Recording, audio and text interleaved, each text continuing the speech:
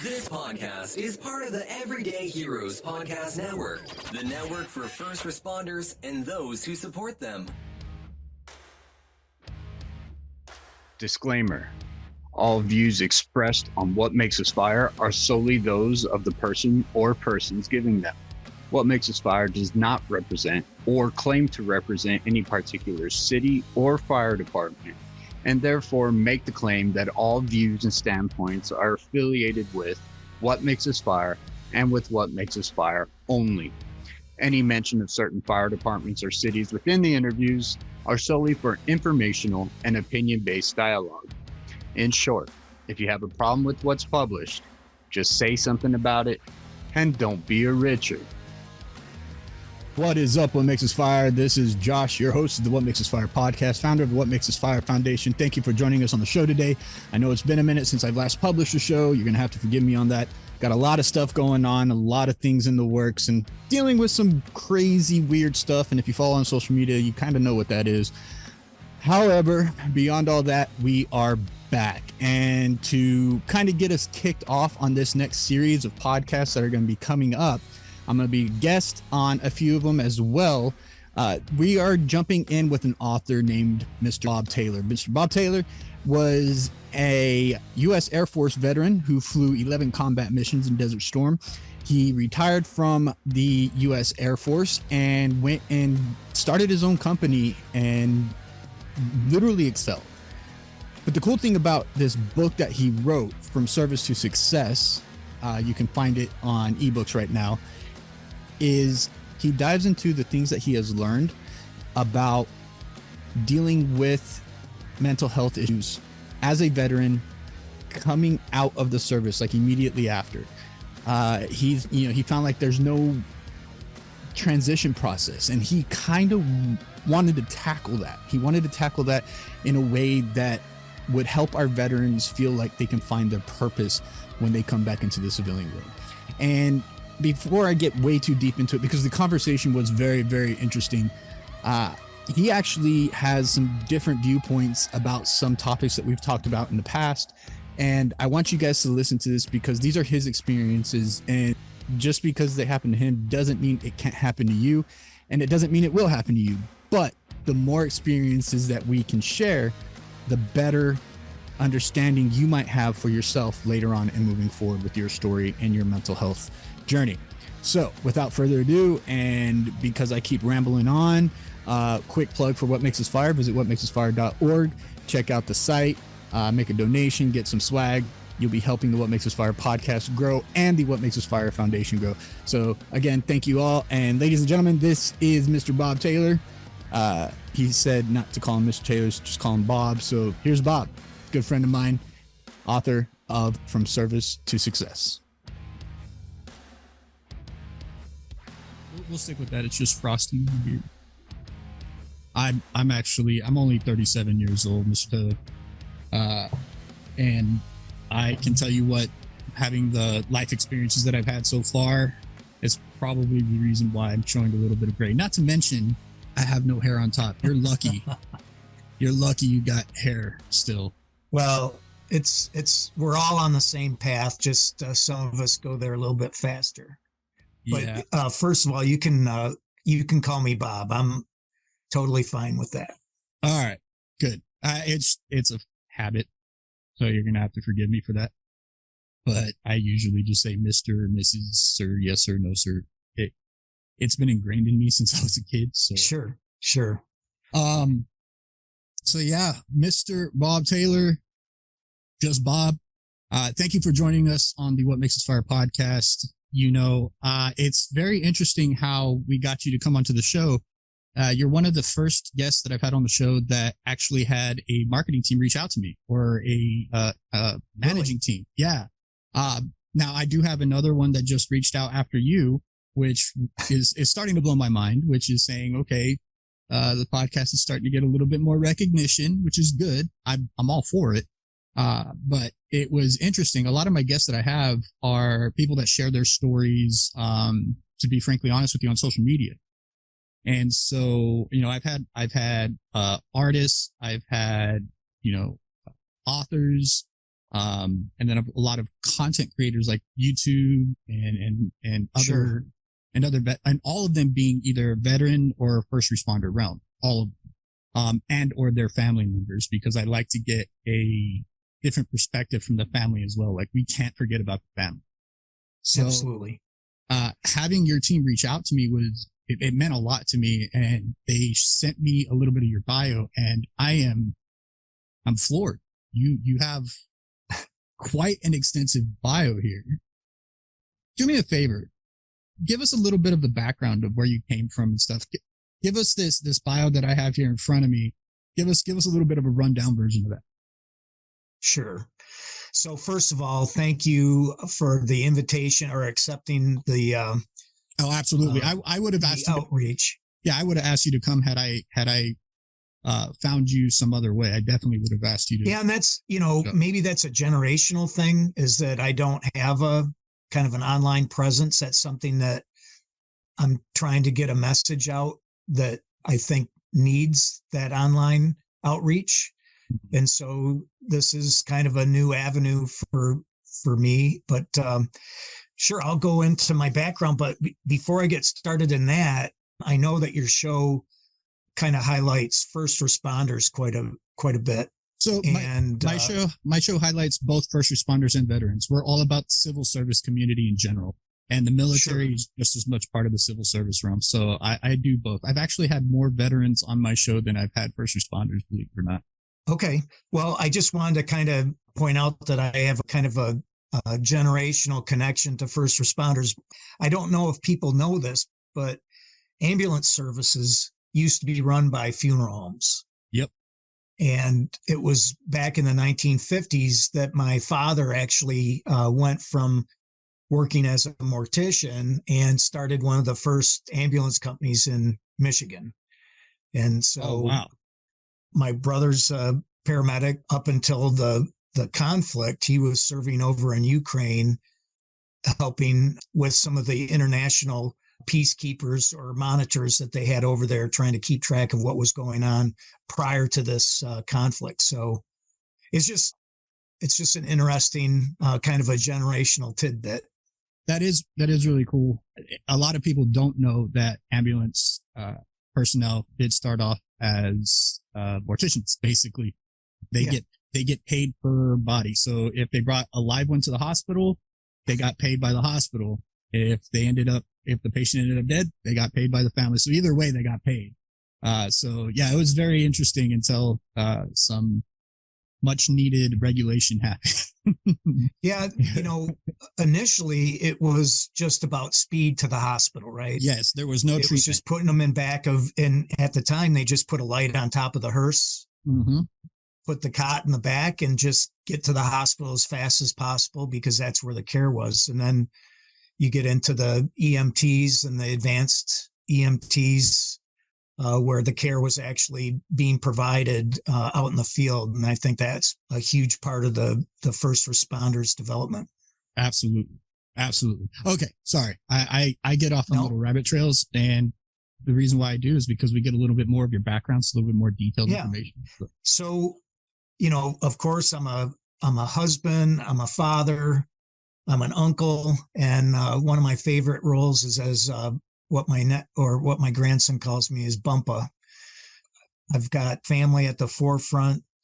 I grew up in Midwest guy, Saginaw, Michigan. Eventually went to Michigan State and graduated as an engineer from there. Worked, in General Motors foundry, and decided that maybe the Air Force was a better fit for me, and joined the Air Force back in 1987 as a navigator. I really enjoyed what I learned in becoming a kind of a professional aviator in the Air Force. Was able to choose the aircraft I went into, and I went into B-52s as a navigator, and loved the mission because it was on a crew. The navigator had such a critical role on that crew. And I spent basically 5 years at Griffiths Air Force Base, and the last portion of it was deployed during Operation Desert Storm on a small island in the Indian Ocean called Diego Garcia. And we flew 11 combat missions. My crew and I flew 11 combat missions out of there. And as everyone knows, the air war was a critical component of that war, really created an environment where I think we lost very few members of our military, and that war came to a pretty successful conclusion. And then, unfortunately, reared its head later. But I decided at that point to join the civilian world, went into medical device manufacturing as a research engineer and working in medical device. Now that's interesting. Going from navigator, and I'm sorry, I'm sorry for interrupting, but these questions perfect. Popping in my head. Going from, an aviation navigator in the Air Force to testing medical device products and researching them and doing all that kind of fun stuff.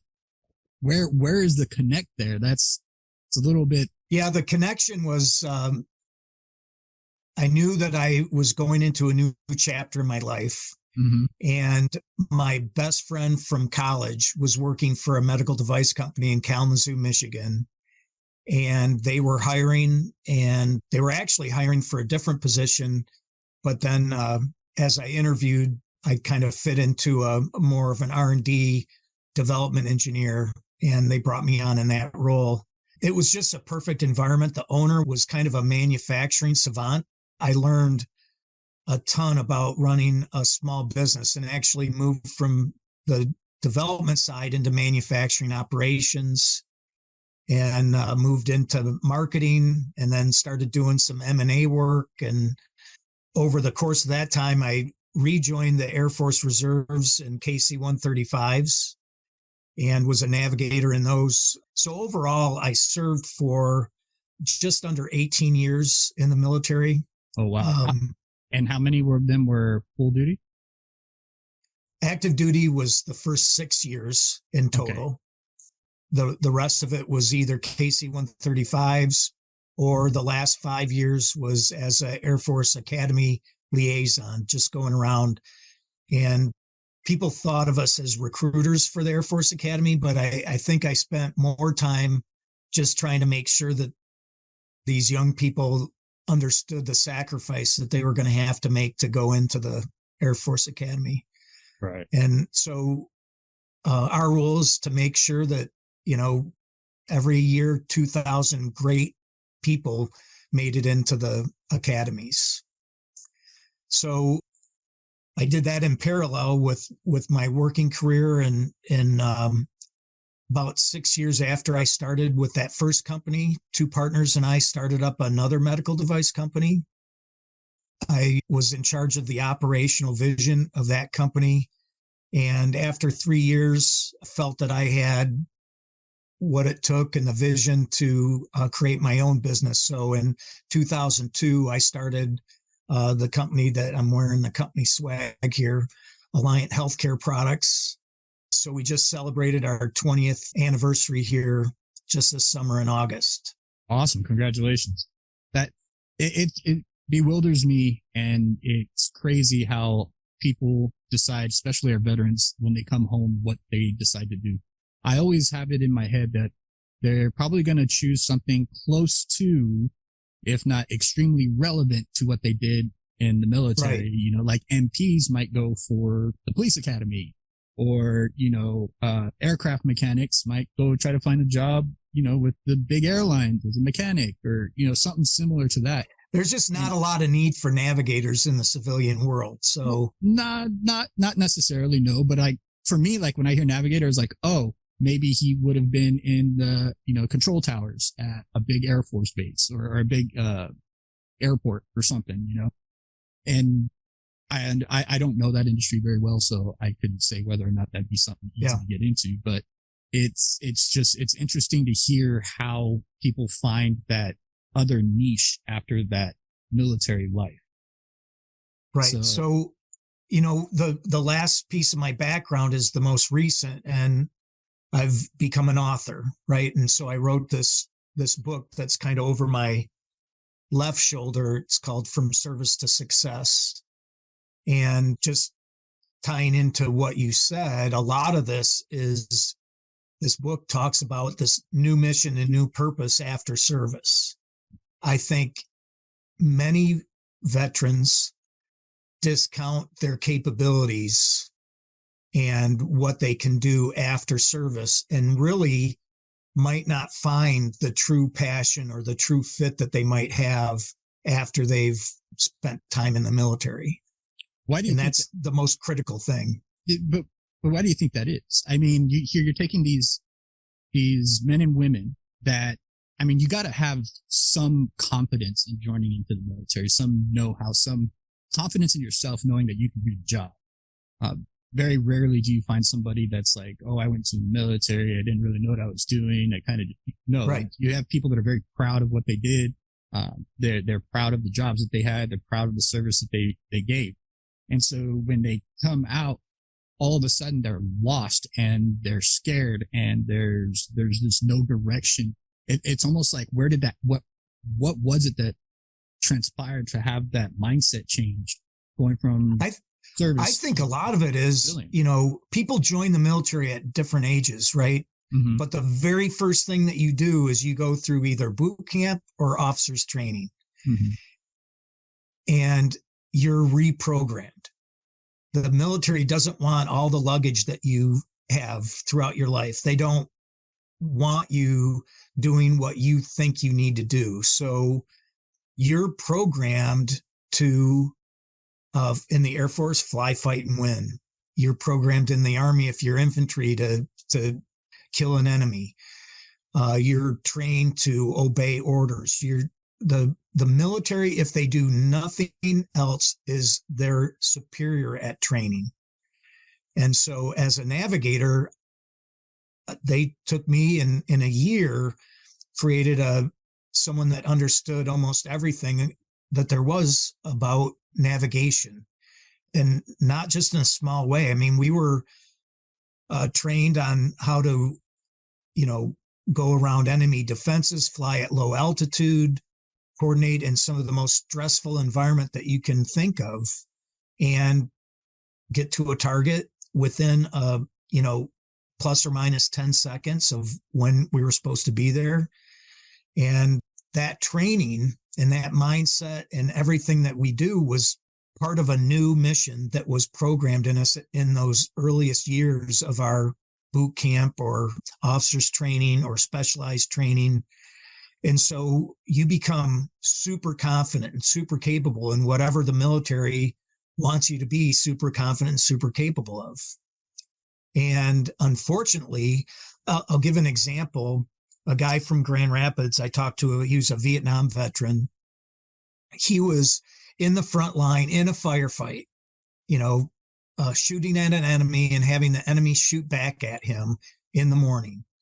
And midway through the day, they went back to the forward operating base and they said, "You're going home. Go grab your stuff, and you're going on that 141 over there."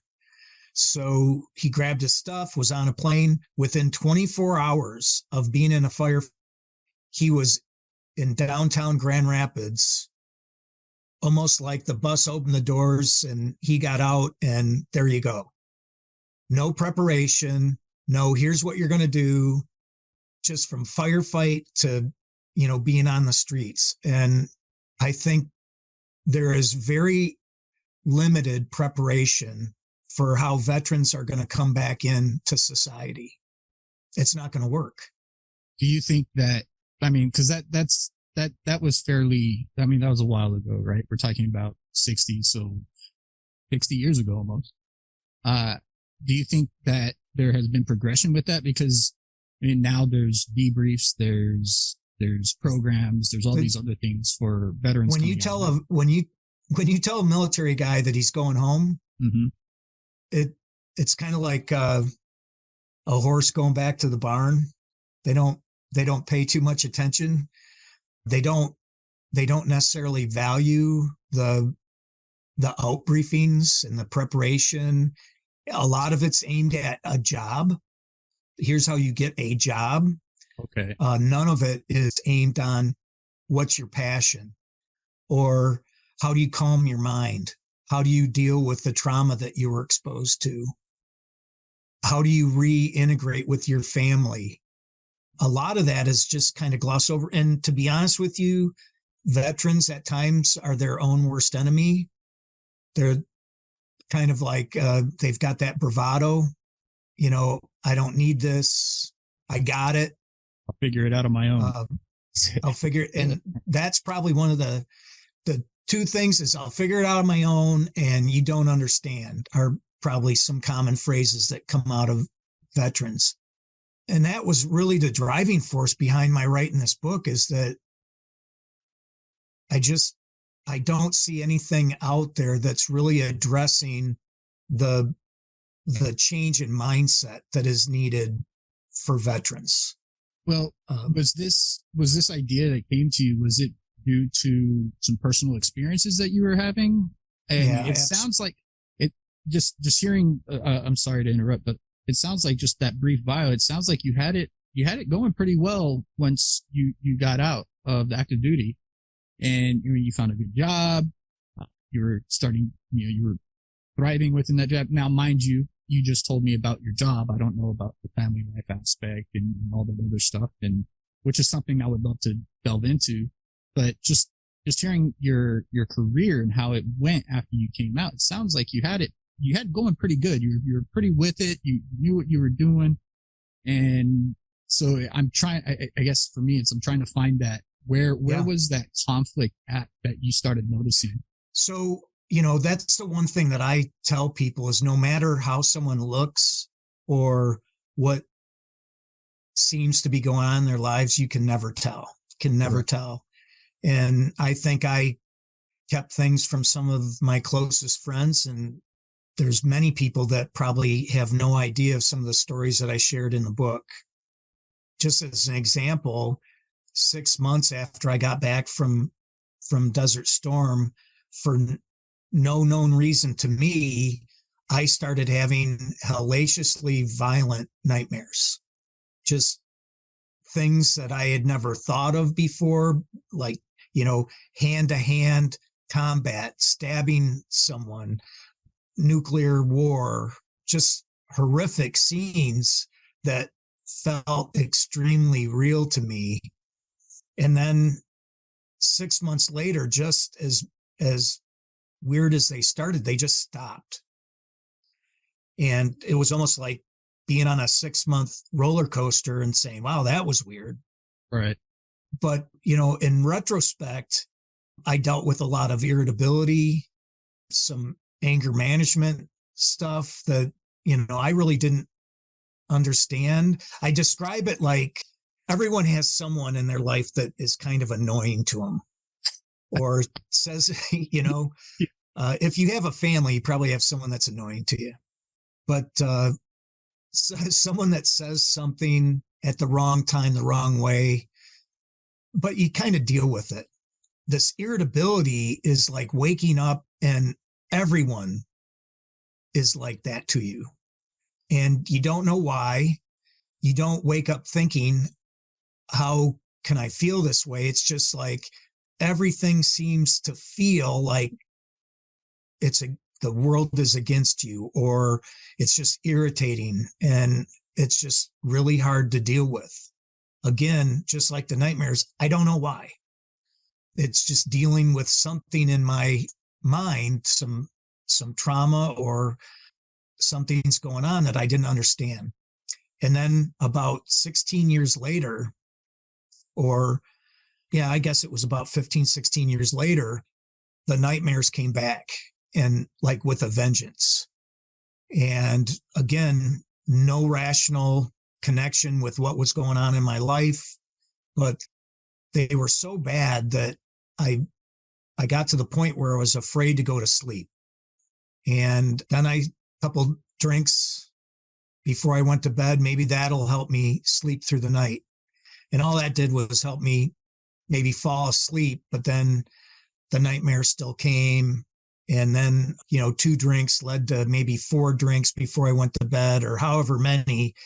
And it just wasn't working, and my irritability and anger issues were increasing, and I got to, this can't go on. And the people that were closest to me were the people that were, getting the brunt of it. So I went to the VA, that far away from my active service. I went to the VA, and I went to a sleep study, early on in my treatment, and my legs were moving 270 times an hour. I was that mentally hyped up. It was just, you think about the power of your mind and your brain to do stuff like this that I just had no control over. And they put me on a medication that was off label, but I called it the dream eraser. So I might have nightmares, but I wouldn't remember them. Okay. So I can't remember the name of the drug, but it's a common one used in nightmares. But through that and through some of, they call it, I can't think of the name of it, CBT, but through some therapies, all of a sudden, cognitive behavior what's therapies, that? some cognitive behavior therapies. Yep. And all of a sudden the nightmares started to dwindle. My leg movements, they put me on, I started on a slew of medications, and then I'm the one that had to kind of start to wean myself off of some of them. Mm-hmm. It's been since 2010, I think, when I really started the therapy. I still talk things out. I've learned a lot of coping skills on how to deal with things. And I guess I want to be the voice that says there's another side to this. There's a happier life. There, good things can happen, but you have to work at it. Absolutely, you have to work at it. And when you're dealing with, things with the mind, you got to work hard. I have a couple of questions going back a little bit into your story. Now, you were having these issues, the nightmares, the irritability, and things that were you were just like, where did they come from? I don't know. It is just what it is. At what point did you become aware that it was being detrimental to you, your surroundings? Because for a lot of us, sometimes it's hard to recognize when that happens. I was one of those vets that said, I got it. As long as it's not affecting my professional life, mm-hmm. I can kind of keep it at home. I knew that I was having trouble. I think the most important thing for veterans to know is that if you start to consistently struggle with sleep, you need help. Sleep deprivation does really bad things to the human body. And that's one of the things that even the therapists agree with, is that sleep is the number one aspect. So if someone's struggling with sleep and nightmares and it's not getting any better and they feel like they have to self-medicate to get through it, then that's pretty much the place to start getting help. Is that what drew you to start figuring out that maybe you need help with what you were dealing with? Yeah. I guess I'm asking you to kind of pinpoint when was it? For an example, for me, going through my mental health issues and my depression, my anxiety, it was what a lot of people call the rock bottom. I found myself doing things that I may have thought of, but never thought I would actually try to play out. Right. And it was a rock bottom. It was like, I cannot let this go any further. Like something's going on. Something needs to change. And then that's what my process was, to start looking for things to do that change. For you, I mean, you're having these nightmares, your irritability and everything. I guess I'm kind of asking, like, was there a specific instance or time that kind of made you more aware of what was going on with yourself, that you're like, I need help with this? I just became disappointed in how I was treating my wife and the impact on family. And I wouldn't let it get physical, but it's just not, I hold myself up to a pretty high standard. And I knew that drinking to sleep was a real poor solution. But I think I just got to the point, like, is this the person that I want to be? Is this the type of husband that I want to be? And I mean, the obvious answer was no. And what am I going to do about it? And what were your first steps in trying to figure all that out? Was it going to the VA? Was that like the first step you made, or was it? Yeah, I contacted because you can't just show up at a VA and say, okay.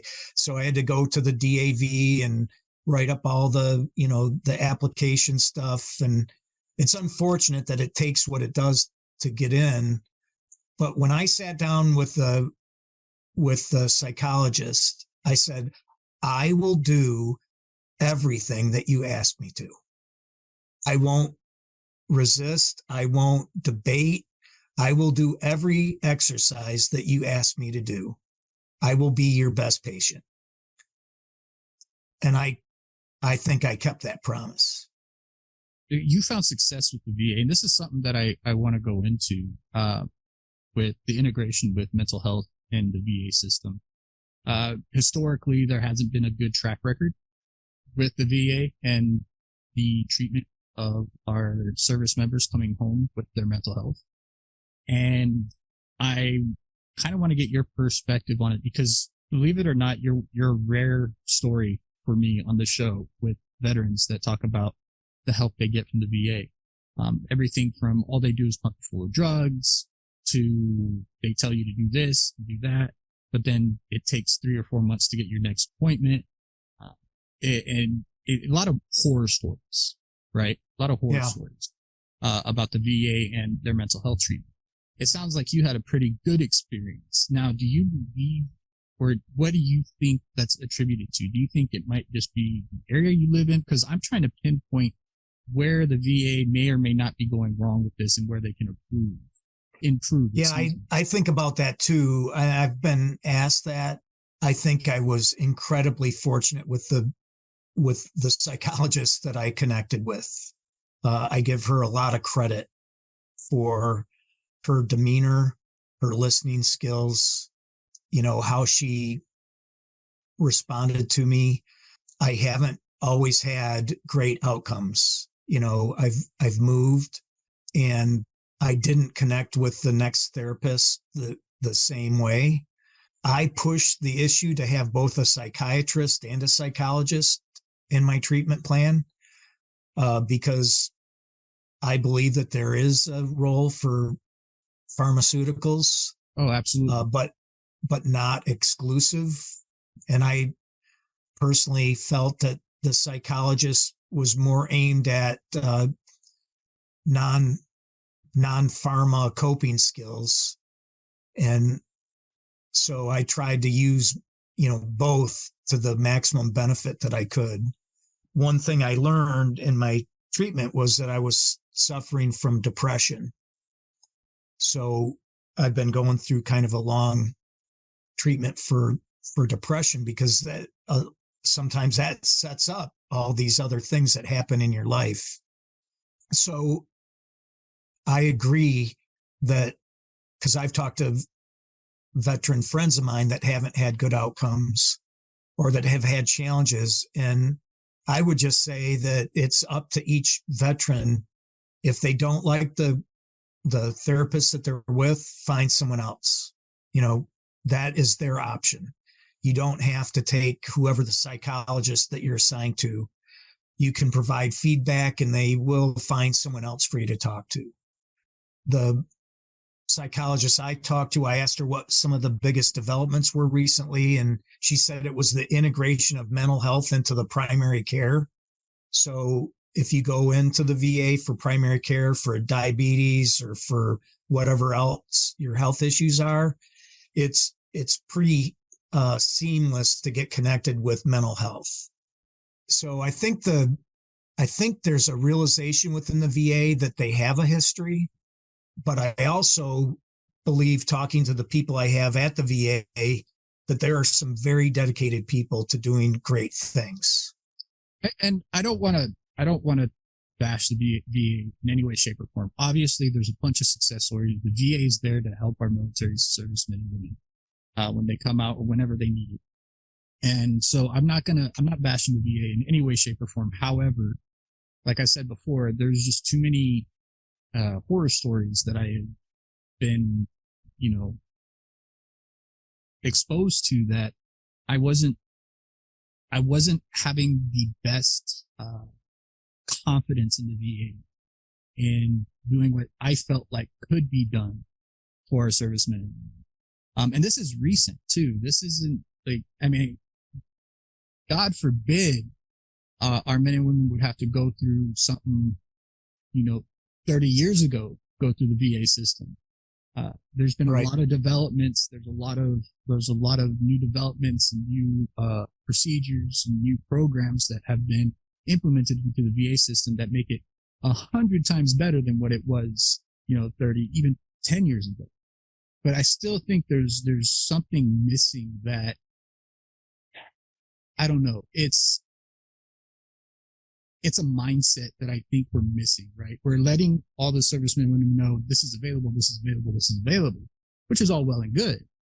But if you're not putting the mindset to these men and women that it's okay to use these and to utilize them, and that you're not any less of the individual you are to use these and utilize these programs, then they're not going to use them. Right. If we stick with the, you're a soldier, suck it up and do it, and we stick with that mindset, then there's a disconnect. Yeah, hey, it's here, but you got to suck it up and get, well, you're telling me it's there, but you're also telling me to suck it up. What do I do here? It's a tough situation. There's no doubt. Mm-hmm. I truly believe it is a tough situation. I think that while the implementation of all these new programs, procedures, and everything else within the VA system, especially with our men and women coming home, is great, but they're not focusing on what is going to allow these men and women to utilize these things. And that is the mindset of it's okay to utilize this. I'll tell you, I don't know what your backstory is on when you decided to kind of be public about some of your own issues. I can tell you, as I wrote this book and as I got closer to introducing it, this is a tough thing. It's not easy for me to just stand in front of someone and share some of these very personal stories. I'm a very kind of a private person, but there are so many people struggling through this very difficult situation that I felt like, okay, I need to share this. But again, it goes back to, it's okay. There's really nothing wrong with admitting that you suffer from depression, or that, that due to some trauma in your life, you've got these significant issues to try and work through. What would be nice is if everyone had an advisor that said, oh yeah, you need to do this, and you need to, hey, be careful with not loading up on so many pharmaceuticals, or that's a bad psychologist to go to, but at the same time, I think that's why I wrote this book, is I don't think anyone is in writing in this book is trying to take a holistic approach to preparing someone for wherever they are in life to try and deal with all these challenges in their transition. Whether it's, because I don't know if you know this, but about one out of every 2 veterans that leaves military service struggles with their transition. So it's not a small number. And the number of people, I think it's like 5% actually are being treated by the VA. And so it's a relatively small number that even test the abilities of the VA to treat them.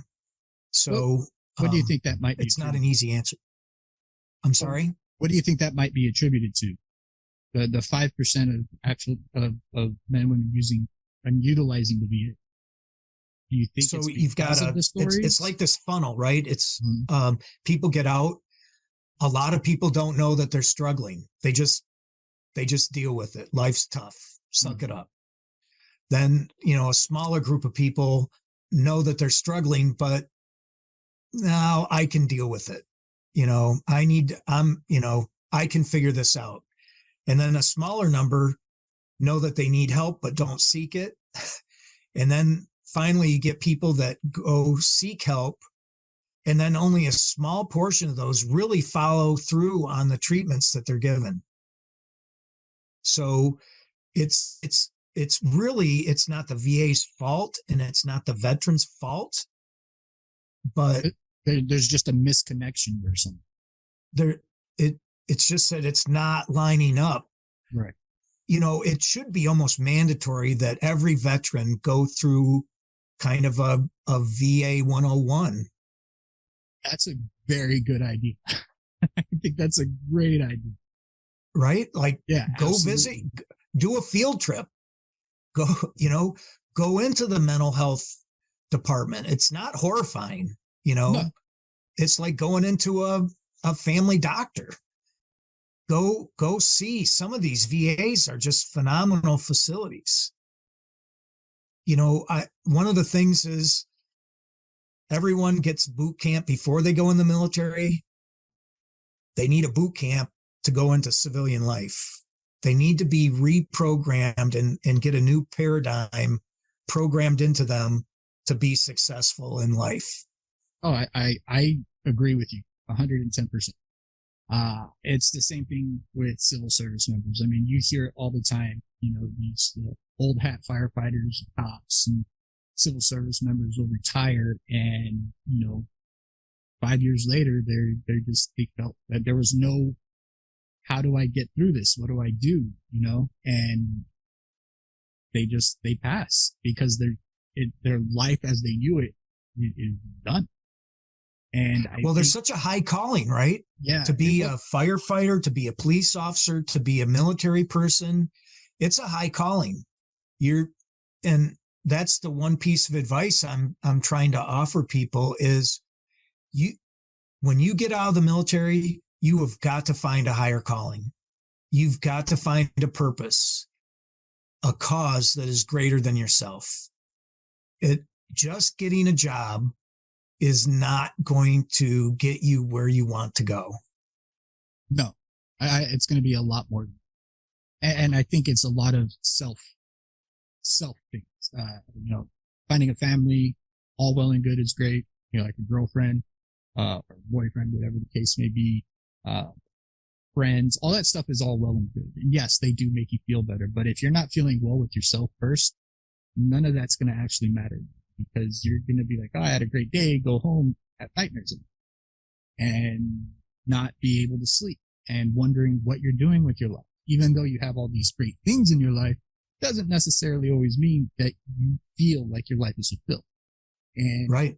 And that's something that, I wanted to kind of talk to you about, reading through your bio and everything else like this. You mentioned something about, forgiving yourself. One of the biggest things is forgiving yourself. And I'm wondering what possessed you, and why do you think, the relationship between forgiving yourself and forgiving maybe something that happened to you, where did that difference for you come from? And why do you think you focused mainly on the forgiving yourself aspect? Well, I think people in general do this that suffer a trauma. But in the military, let's say a buddy of yours dies in combat, okay? Or they go out on a mission and you were held back for some reason and they die on that mission.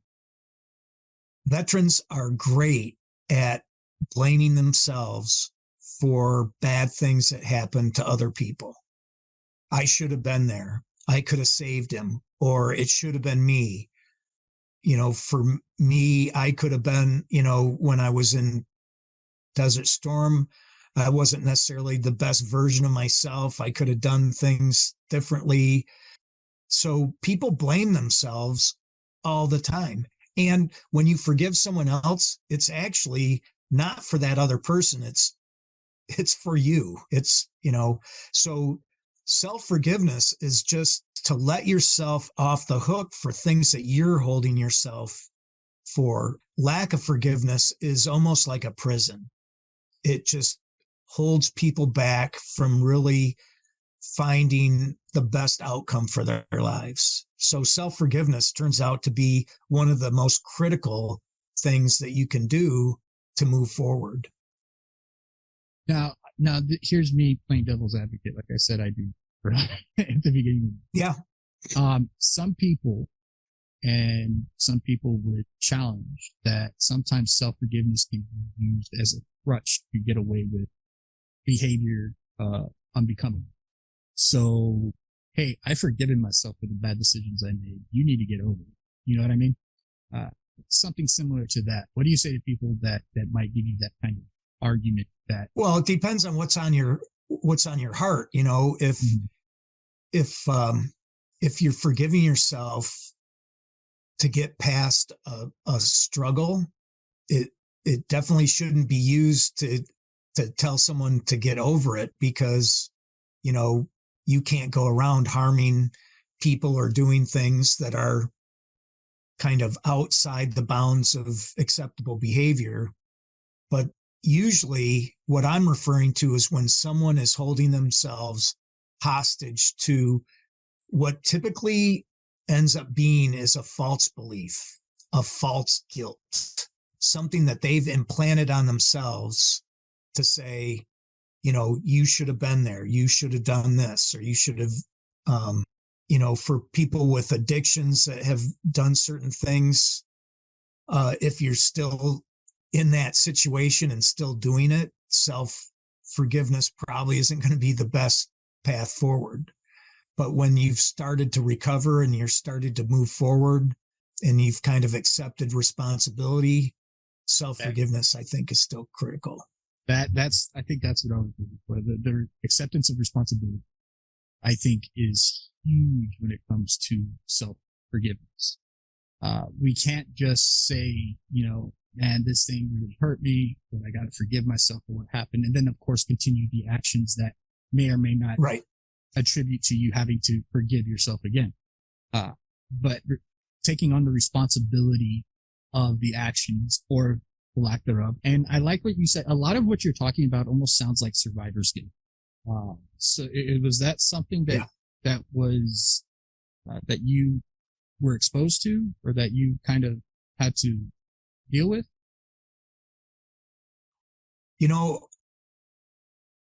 If I ask a question that's no, it's not that. It's, I'm still unwrapping and I'm still learning. So that's probably part of it. But I don't think that's the major thing. But I'm a very self-critical person.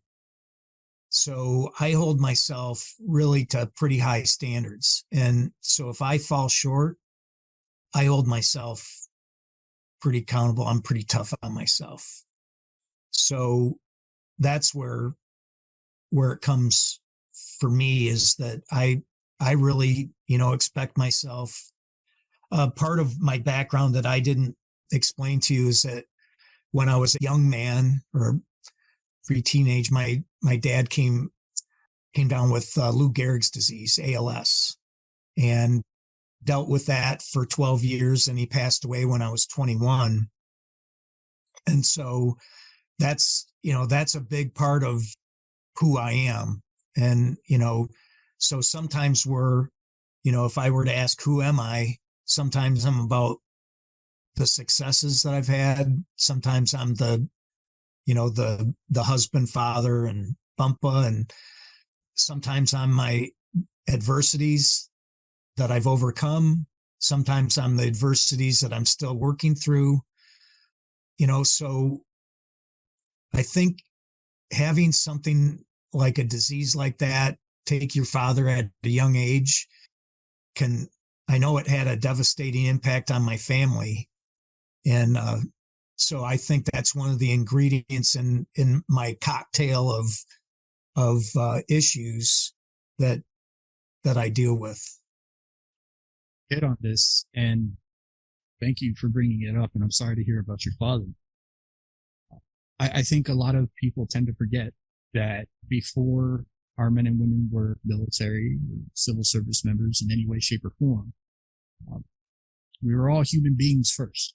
We were people that had lives that sometimes may have had to go through a trauma before we even enlisted or got involved within the civil service realm. And those are things that we bring into these jobs that, as my friend put it, normal people doing an abnormal job. These are abnormal jobs that sometimes, normal people aren't just, the normal human brain's not equipped to handle on a day to day, but we do. I think that we do have to remind ourselves that the individual you're looking at is not just a veteran, is not just a military person, it's not just a firefighter or a cop or an EMT, but these are human beings. They go home. They have financial struggles. They have marriage trouble. They have kid issues. They have all the things that come along with life on top of the things that they see and do within their job. And I think that gets forgotten. It's the unseen things that maybe don't get programmed out through boot camp, right? Mm-hmm. You can't erase someone's pre-service trauma. No. You can't erase someone's marital struggles or relationship struggles or family struggles. I went to a seminar one time and we had to put our family ancestry tree together.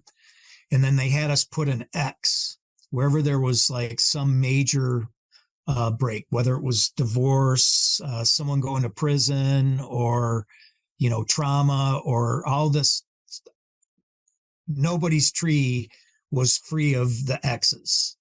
So, our families carry around with them this whole, like you say, pre-service cocktail of problems, and we bring that with us. And it is part of who we are, good or bad. Right. Absolutely. And it does play into our mental health. It plays into our, how we deal with it, the way we were growing up, what we were exposed to, what we weren't exposed to. All those things play into how we develop as human beings up into the point we're in the service. The service tries to get rid of everything. Obviously, it's never going to happen. They do their best, but those things are carried on into, and then God forbid you're seeing trauma and dealing with trauma and dealing with high stress situations within the job. And then you come out, and now on top of everything you had, now you have this new stress, this new trauma that you're going to have to start navigating. And it almost sounds like a lose-lose situation. Like, how am I going to get through all this? Why did I put myself through this? But I do believe there is a way to do that. And I believe that people like yourself and others that share their stories of how they did that is one of the first steps for those looking for some answers or guidance can look to. I've always said, you're not going to become a millionaire by listening to somebody that makes $50,000 a year. You're going to become a millionaire by learning from other millionaires. When it comes to your mental health, it's kind of the same concept. You're going to learn from people who are overcoming those things, who have learned to deal with those things, who are making progress. You're not going to find somebody that's falling backwards helping you. You're going to find people that are falling forwards that are going to be helping you. If that makes sense. I think you're absolutely right. Right. And, with somebody like you yourself, that, successes that you've had, not only within your career, but within the steps forward you made within with your mental health, with your treatment, with how you were able to navigate the VA. And now this book that you have, I think, is a huge step forward for people that are looking for help or looking for guidance. Now, they're not going to find all the answers, because when it comes to mental health and when it comes to treatment of mental health, each person is individual. Unfortunately, it's not like diabetes, where if you have a certain type of diabetes, you have a general, right. You have a general treatment plan. Mental health is very, very specific per individual. But the more stories and the more ideas that you hear, I truly believe the more you expose yourself to it all, the more answers you're going to find for yourself. You might not find all the answers, but you're definitely going to find more than you had before. What possessed you to write this book to begin with? So just to kind of reflect on what you were saying, I'm not a psychologist, right? I don't even play one at work. Mm-hmm. What I'm trying to do with the book, first of all, is, I'm not trying to launch a book. I view this more as like a rescue mission. And so one of the big things I'm trying to do is I'm trying to drive people to the patriotpromise.org website, not to just buy a book.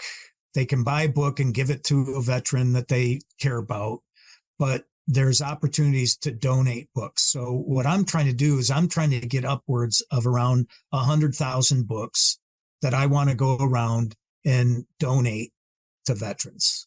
I want to go to the VAs, the VA in Battle Creek.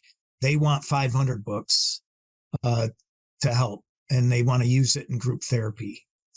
And I'm hoping that, it's, in my mind, it's not a veteran sitting down and reading this book by themselves, but maybe a husband and a wife sitting down and reading a book together. And the other thing I'd say is that as individual as we are in our needs, we're much more alike in our needs than we're different.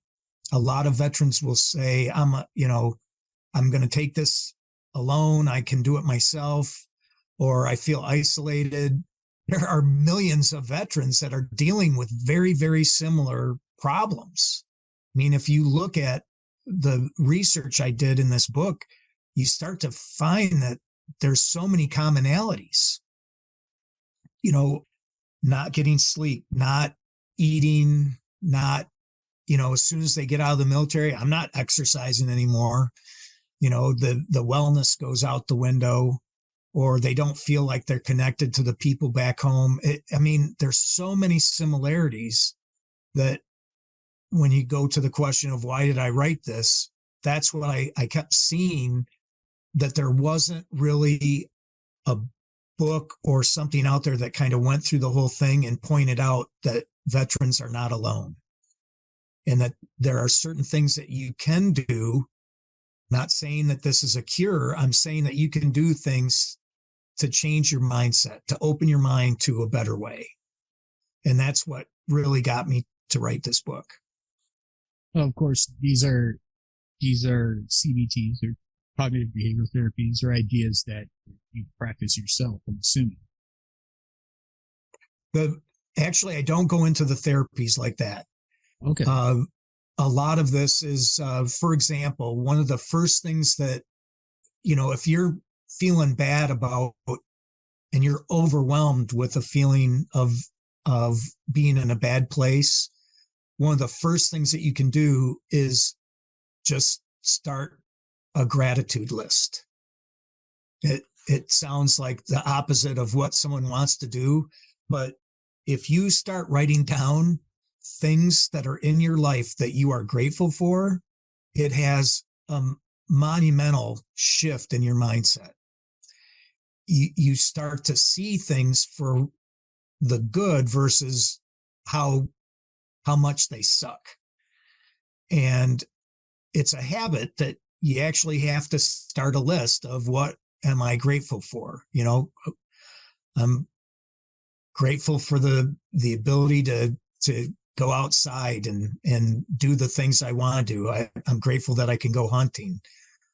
Whatever it is, it just sets you up to now your mind is at least open to seeing life through a different lens. It's not aimed at seeing everything for the bad, but now seeing things that I'm grateful for. Like I said earlier, if you're not sleeping, if you can start to get a good night's sleep, that puts you a step forward. Your brain has chemicals.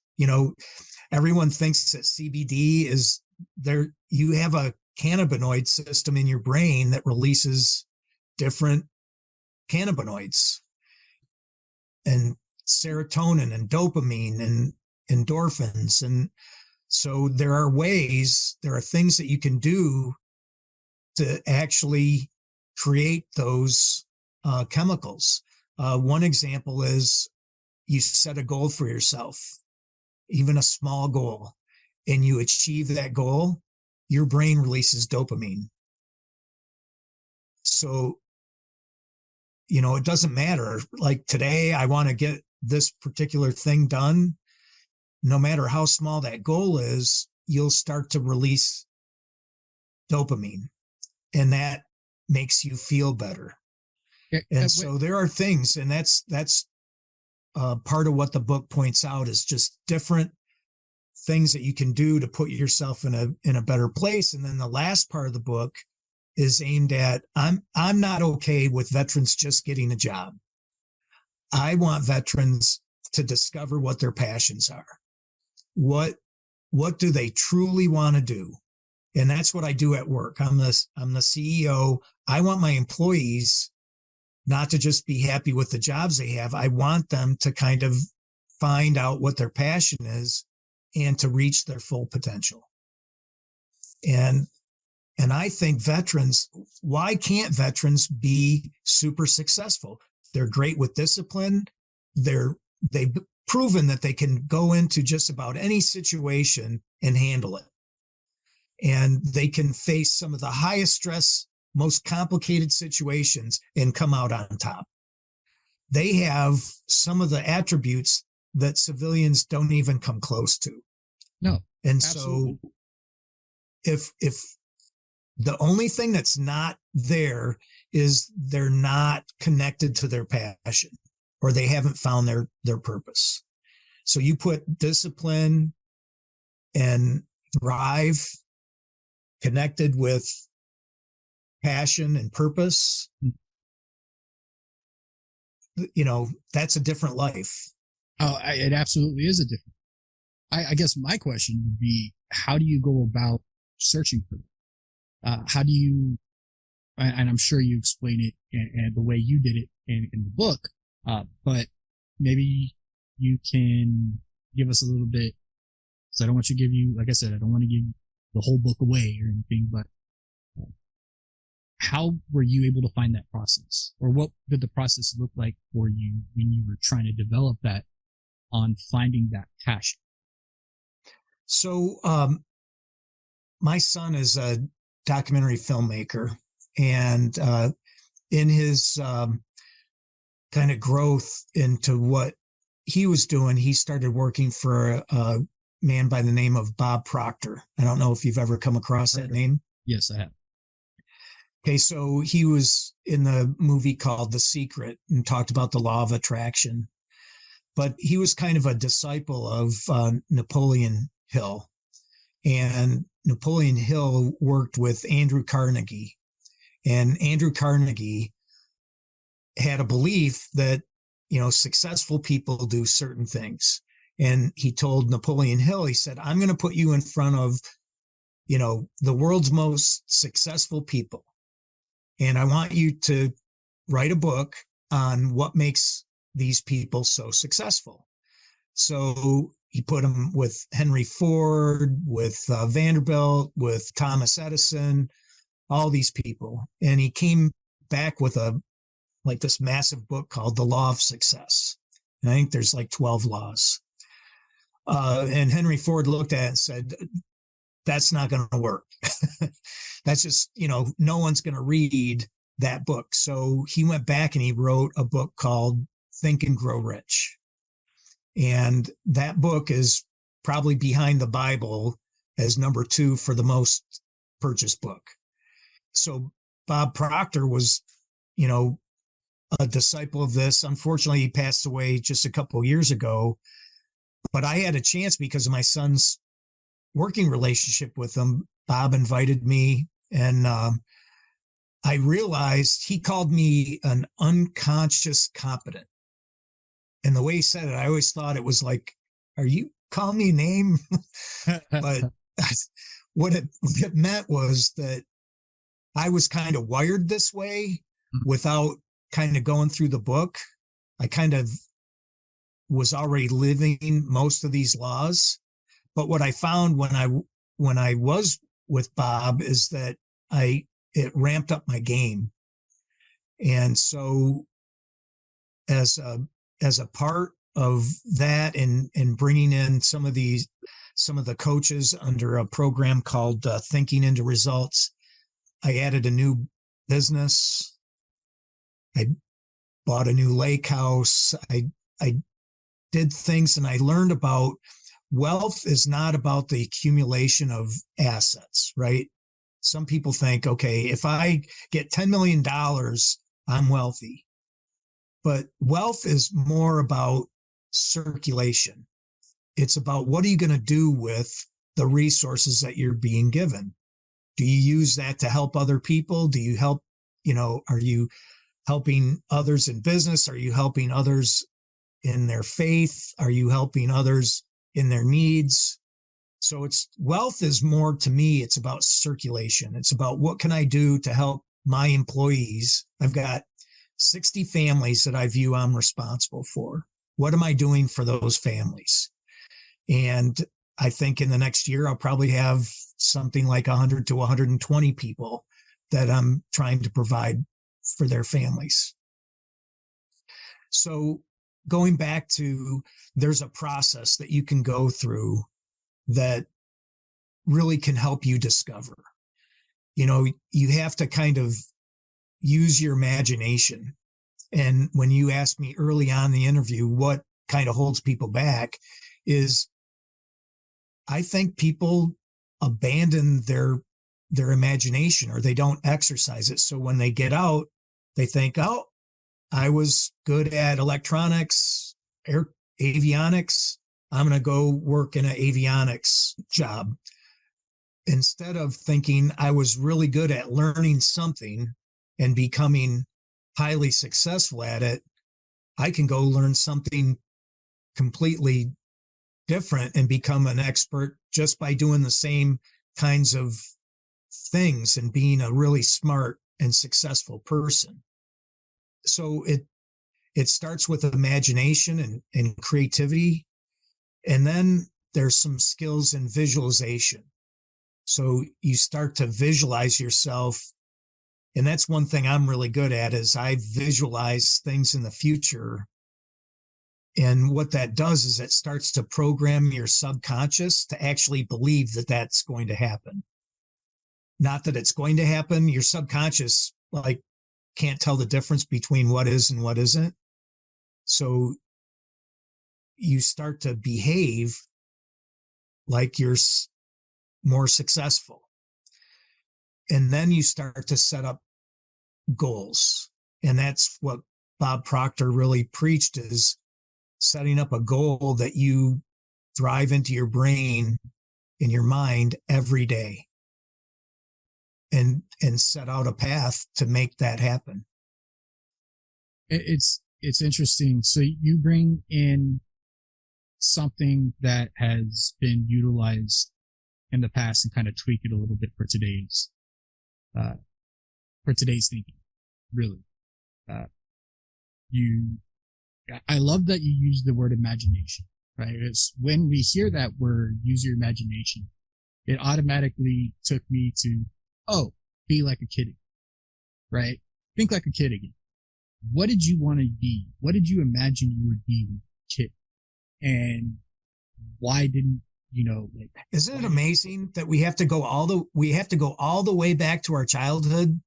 Which is exactly where I'm going with this, Bob. It's amazing, right? Because even in therapy, they want you to go back to when you thought almost black and white, not necessarily black and white, but almost black and white, of this good, this bad, this made me happy, this made me sad. I'm going to stay with happy, right? Very, very simple thinking, very childlike thinking. I want to do this, so you went and did it. I don't want to do that, so I didn't do it. And it's very simple, childlike thinking that can actually help us become some of the happiest people right. Living. And it's this weird, and now, like I said, not everything is as black as white as I just explained, but it definitely helps you kind of get that perspective of, man, if we could all just think like kids, right? Like we always hear, remember that show, Kids Say the Darndest Things, right? Absolutely. So they'd give them this really complex problem, and the kid was just like, you just don't do it. But it's a problem. Yeah, but what happens if the problem's not fixed? It's not your problem anymore. Don't do it. Like very simple, very, very, very straight to the matter of fact, to the point thinking, and these kids were happy.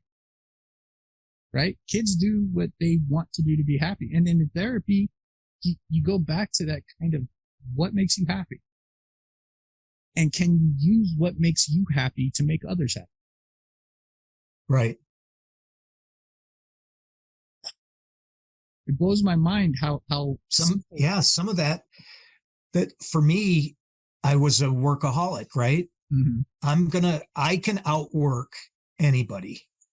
I will outwork, I will outlearn, I will outdo anybody.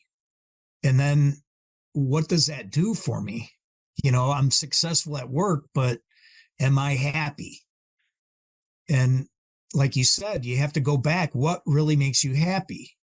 And well, walking around out in the woods makes me really happy.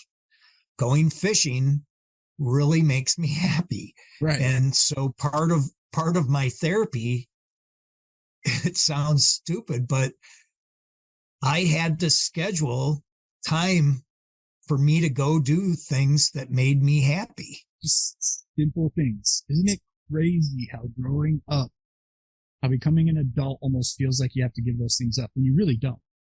I said, it feels like you got to give those things up, and you don't. You truly don't. I don't know where the idea that having to give up the simple things that can keep you level. Well, you're touching on maybe sometime you can have my son on your podcast, mm-hmm. but the film that he's making is about the death of recess. And it's like 98% of kids test high in imagination when they're in kindergarten. Mm-hmm. And it's about 2% when you get out of college. So the education system seems to have squeezed every ounce of imagination out of us. Right. And he does this thing where he's been all over the world to all these schools. And he asked this kid, what if we did away with recess? And the kid just looks at him like, you can't do that. Right, because it makes him happy. You can't do that. No, absolutely not. And we should, I would be willing to bet, Bob, if you got a group of, let's say, 5 to 10-year-olds and give them a problem for your business, put them in a little think tank, you probably come out with some amazing ideas. Just saying. I might have some problem with some child labor laws, but well, you're putting them in a think tank. Get a NDA and a release form from their parents. You'll be good. Exactly. Millionaire by the time they're 8. Yes, absolutely. I know I keep jumping back and forth, and you have to forgive me for that. And I don't know what your time limit looks like. If I remember correctly, I still got you for about 30 minutes or so. Yep. Like I said, I was reading through some of the stuff that your team sent me, and there's something here that it kind of popped out on me. And it's one of the hardest things that I believe a lot of us dealing with depression, anxiety, and going through some mental health issues. It's one of the hardest things for us to do. And that is silencing the false beliefs that hold us back from it.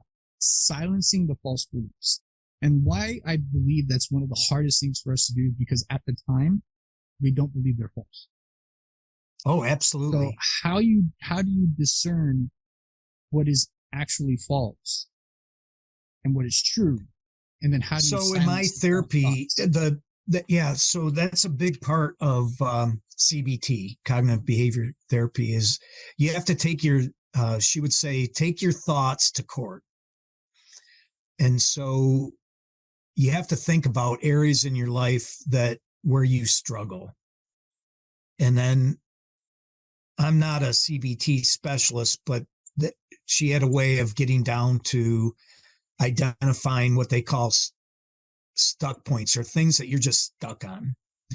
And you have to take those and challenge them.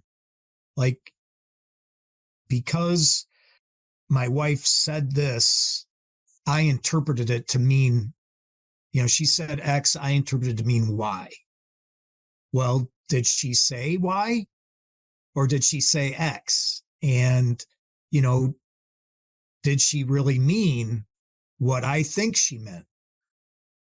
Or did someone at work do something that I think, or, so you have to challenge your beliefs and step back and become self-aware of where you might be wrong, and give people a little bit of credit for not having the worst intent, or things that are happening to you, maybe you're misinterpreting them.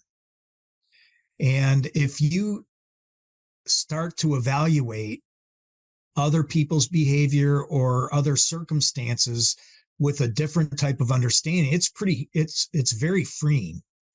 And it allows you to kind of experience a sense of calm. How does somebody that has a line of thinking like a military serviceman or woman in civil service, I mean, they're very type A personalities. I mean, you got type A personalities out the wazoo in civil service. And now you're asking them to, hey, step back, you might be wrong. Yeah. How do you do this? Goes to a Bob Proctor thing. Is we're just like you referred to earlier. We're all humans with all of our preconditioning and everything, and we are the sum total of our genetics, our life experiences, our relationships, our friendships, all of these experiences. We're the sum total of that, and a lot of who we are was programmed into us by our parents. A lot of the behaviors that we, and a lot of the beliefs that we have are instilled. Racism is probably, comes through generational type of programming, right? Absolutely. Just as an example. So what those are called paradigms. And a way to look at a paradigm is, if you go out in the woods and you go through a certain part of the woods, and it's the first time you're there, you can kind of see where you trample down some of the plants. But if you start walking that 10 times a day, back and forth, you start to wear a path, right? And if you do that consistently for years, that path becomes pretty well defined. And if you go on that path and follow that path, you end up at the same points. You're going along the same beliefs that you've had, and you end up at the same point. So if you're going to change, you need to lay over a completely different paradigm. And the example that I give is, you can't just walk along the path, because as soon as you run into like a briar patch, you're going to go back to your path, and then you're going to follow it until you get to the end again. And so you just have to form a new path. So when you get out of the military, a lot of people want to try and live a military life in a civilian world. They want to behave, right? They want to behave like they did in the military, but in the civilian world. And it doesn't work real well. So you have to kind of set out, I'm going to do things completely different. It's like when I went to that therapist, I said, I will do everything that you ask me. I'm going on I am done with whatever I was doing. I'm done with that. I'm doing something completely different now. And so that's a mental change, right? You're saying, I'm not going there anymore. I look at life like a chapter book, right? So I tried to look at my active duty. Okay, I closed that chapter. Now I'm going into a new chapter in medical devices. And just the mental issues kind of pierce through both chapters. But you have to set yourself up that you're going a completely new path and be cognizant that you're doing things completely different than what you were comfortable with. Remember how I said I like to play devil's advocate? Yep. So I agree with you. I think it takes somebody having the willingness to want to do that for real change to start happening. For me, it was hitting that rock bottom and going, I need to change. I am willing to do anything to change because this needs to change. I want it to change. I guess where would somebody that's having trouble finding that want or drive to change, how do they get to that point? How now is your book more for people that have kind of already made the decision? Yes, I'm willing to change. I'm ready to learn new ways. Or is this book to kind of get people that are on the fence that are like, no, I can deal with it, but I do know something's kind of wrong, but I'm not sure. And then of course you got those that are just not going to change until something very life-changing happens. Right. How do you get them to get onto that side of the fence where they're open to change? So there's a couple points I want to make. Is one is I call it the funnel of suicide. Right. We've got on average about, I think the agreed on number is somewhere around 22 veterans, 22 veterans die every day from suicide. And what I think that's a terrible enough number, but according to the CDC, they did a report in 2019 that if the number is 22, then about 640 veterans every day are attempting suicide. That's shocking. And there are about 1,500 veterans that are planning their suicide every day. They're actually thinking about how they're going to do it. And then there are 5,500 veterans that just start having what they call suicide ideation, ideas about, so you take that funnel, and this book is not intended for the guy that's sitting in a bathroom holding on to a gun that has reached that point. But I think we can affect people that are, like you said, in that universe. The very high number of people that are struggling may not know they're struggling. Maybe their spouse says, my husband or my wife is not the same person as when they went into service. And they buy this book and sit down and read it. And there's just enough. There's like one part of one chapter that says, that sounds like me, or that sounds like something that I could benefit. The one aspect of the book is I didn't want to write this just about my struggles and to point out that there's, a lot more people than me that are struggling. So I interviewed and I brought in interviews of other veterans that are struggling. Oh, okay. And so they shared their stories on, one was a major in the Army, and I brought in the interviews of both he and his wife, and how his wife was seeing these aspects.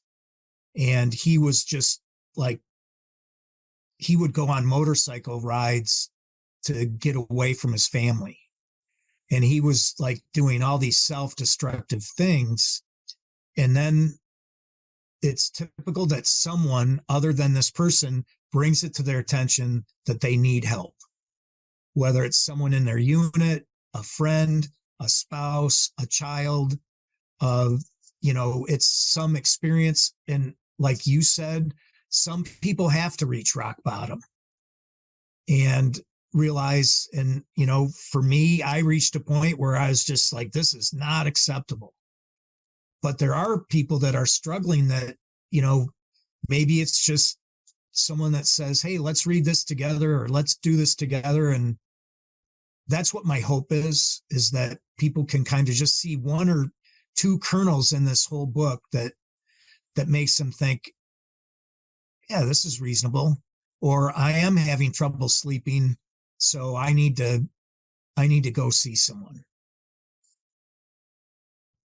I think what you got going on with your book and what you share, I think From Service to Success is going to be something that is not only a book to learn from, a tool to use in somebody's journey in mental health, clarity and mental health. So what I'm looking for, healing.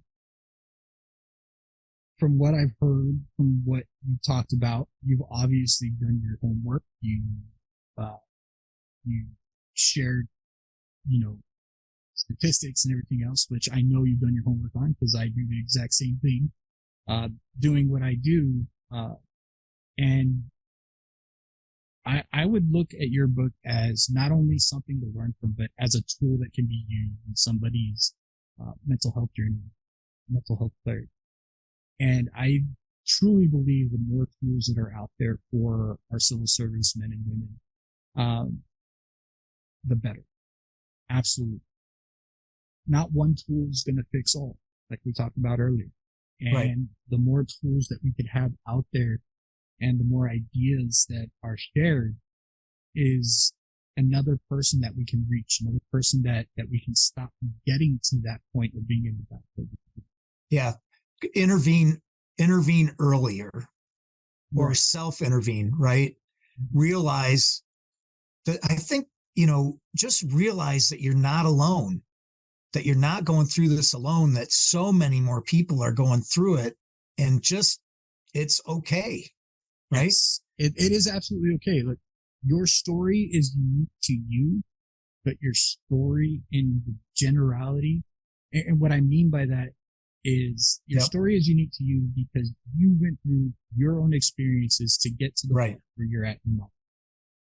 However, I went through my experience. You went through your experience. Two totally different experiences, but we're both sad. We both know what sad is. We both know what depressed is. These are things that we can learn from each other on. These are things that we can help lift each other up from. And even though your story is unique, I didn't go through the same things you went through, and you definitely didn't go through the same things I went through. We are both at the same place. We're both struggling. And I'm not saying it doesn't matter what got us there, because it absolutely does matter, but that's where the uniqueness and treatment comes from. But there are definitely things that can be done in a general sense that can help us figure out those things that we went through. Right. To become better. I too often I hear I don't want to be a burden, or nobody's going to understand. And you're right. They might not understand certain aspects of your story, but I can tell you, I understand sadness. it's a human emotion. I understand happiness. I understand being elated. I understand being hurt. Just like you. Do I understand how you got hurt? Maybe, maybe not, but I understand you're hurt. That's something we can help lift each other up on. That's something we can learn from each other and steps on how we got through those things. Right. You said this earlier. You're no mental health expert, right? You're not a psychological expert by any stretch of the imagination. And I'm the same way. I am no mental health expert by any stretch of the imagination. But what I am an expert I'm a user. Exactly. But what I am an expert at is sharing my story and the things I've learned through my journey. That's what I'm an expert. And it seems like what you've taken your expertise on, your journey, you have shared, and in hopes of helping others. And as a fellow civil serviceman, as somebody that truly believes that our veterans need better help and as much help as they can get, I want to say thank you for the book that you've written and for the mission that you have. You're not just writing it to write. You're doing it for a purpose. And that means a lot to a lot of different people. When we end this interview, I'm going to get you in touch with Sean Lowry, who wrote A Veteran Mindset 2.0.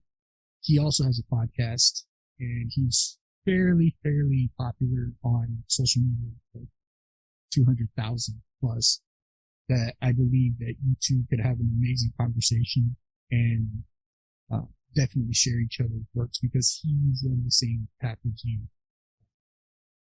But well, thank you for the comments and the compliments and your willingness to share this. It is kind of a mission for me to, I've got my arms, my legs, my health. I've got a great family. I've got a lot to be thankful for. And there are veterans that have sacrificed far more than I have. And, and when you talk about trauma, where, we can't compare what my experience is to someone else's experience, I totally agree with that. All I want to do is meet people where they're at and wherever they're at in their life and help them understand that they have the raw materials to create a very special life for themselves. Their military service or their civil service was not the apex of their life. There's something better ahead. I truly believe that you can make something better every day from the day to day. So there is always something better ahead. The only caveat to that is sometimes you got to work for it. Amen. That's the thing is, if what we're doing isn't working, we've got to do something different. And people didn't show up in the military and just become great at what they were doing. Or as a first responder. There's a lot of training. There's a lot of work. There's a lot of studying in the engineering world. You just have to learn. I had to learn how to do surgery. I'm not a surgeon. I had to learn how to do certain surgeries so that we could design instruments to help surgeons do them better. So I just think that's one of the materials, the raw materials that veterans and other people have, is that if they understand it, if they're willing to do that extra work, then good things can happen. Absolutely. I what's that saying? Nothing in life worth having is easy. Right? Nothing in life worth having is easy. What would you feel better about? Somebody giving you $100 just because, or right, a really, really good job at something and you got $1,000 because you did a good job and you worked hard at it. Like, I'm going to feel better about the thing I worked hard on, that people are appreciating, and that helping, I feel better about that personally. Don't get me wrong. Somebody give me $100. I'm not going to say no, but I'm going to feel better. I'm going to feel better about my work being, accepted and wanted and needed. And yeah, I mean, this book coming together did not just fall into pages, and I'm not so sure that writing the book was the hardest part. I think, getting this book in the hands of people and doing the right things to get this book out is even harder than the writing of the book. I could only imagine. People have asked me, when are you going to write something? And I said, unless somebody wants to write what I tape record, I'm not writing anything because I am not a good writer at all. But I could only imagine, and hopefully What Makes Us Fire and the What Makes Us Fire family can help you out, and do that. Where can everybody find your book right now? Okay, so in May of next year, it's going to be in all the bookstores and for sale. I think even the ebook is available on Amazon right now. But really, I'm asking people to go to patriotpromise.org, and there are options to buy one book, and we'll automatically donate one to a veteran. You can buy a book, I'll sign it, and we'll donate 5. And then there's an option to buy a book, I'll sign it. I've got a military coin, a challenge coin, and a military style patch. So the person that does that gets the book, the coin, the patch, and we'll donate 10 books to veterans. That's awesome. And it's patriotpromise.org. Correct. Patriotpromise.org. All right, ladies and gentlemen, go check out patriotpromise.org. Get yourself a book and get those veterans this book in their hands.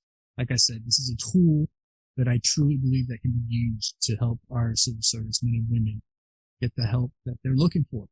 And Bob, thank you so much for jumping on the show.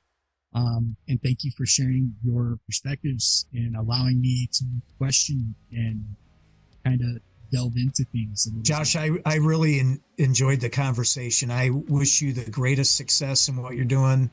I'm glad I had a chance to meet you, and, who knows where life leads. I hope to be able to meet you in person someday and see what comes. Now, you mentioned hunting. And I've never hunted up there in the northern states. So just saying, I'm a hunter as well. Yeah, I'm very blessed with the land I have. I've got 4 9-point mounts that I've gotten over the last 10 years. Oh, nice. And so the genetics are here. Yeah, they're way bigger than Southeast Texas, I promise you. It's always warm, so they're not that big come season. So they're not always as big. And yeah, someday if you have the time, I'll set you up in a tree stand. Oh, I can sit in a tree stand all day. I can. Oh man! All right, everybody. This was Mr. Bob Taylor, author of From Service to Success, Go check out the book at patriotpromise.org. When you purchase the book, you also are donating the book, so that's a pretty big deal. Again, Bob Taylor from Service to Success. Thank you again. Thank you, Josh. All right, ladies and gentlemen, that was my friend, Mr. Bob Taylor. The cool thing about this interview is I never had a management team reach out to me for someone to be on the What Makes Us Fire podcast. And it meant a great deal to have that happen to me for the first time. It means that the podcast is growing. It's starting to get some recognition and people want to be on the show, which is really cool. I am so thankful for all of you, the What Makes Us Fire family and the What Makes Us Fire listeners, for continuing to listen, show support, download the episodes, follow and subscribe to all the channels. It means a lot to me. But Bob, thank you so much for sharing your story and your viewpoints on things. I really, truly think that your book, like I said before, can be used as a tool to help our civil service members, our veterans specifically, but really I think anybody that might be struggling in any type of transition into a new life, a new start, a new beginning from something that they were in for so long before. I really think that these kind of ideas and mindsets can help a lot of people. So again, Mr. Bob Taylor, From Service to Success, you guys go check out the book. It was an amazing interview. Thank you again. Before I sign off and we see you guys again, real quick, if you find yourself needing some help right now, please text and or dial 988 is the National Suicide Prevention Line. It is so awesome that they were able to change this into instead of a 1-800-273-8255 number, it is now just 988. It means a lot to a lot of people, makes it a little bit easier for you to remember. So if you need help, please reach out to them. They're more than just a suicide prevention lifeline. They help you look for resources in your area, give you different ideas, help you get through whatever spat you're going through right now. And it's a pretty awesome thing when a complete stranger is willing to give you that time to help you through it. So again, 988, you can call or text and reach out for that help to the National Suicide Prevention Hotline. You guys, again, thank you for all your support. Check out WhatMakesUsFire.org, where you can check out some What Makes Us Fire gear, make a donation, look at other ways that you can help, volunteer, and new events and stuff that are coming up. Much love to y'all. Have fun. Stay safe. You guys are amazing. And thank you for the continued support. I really can't thank you enough for that. Much love, everybody. Peace.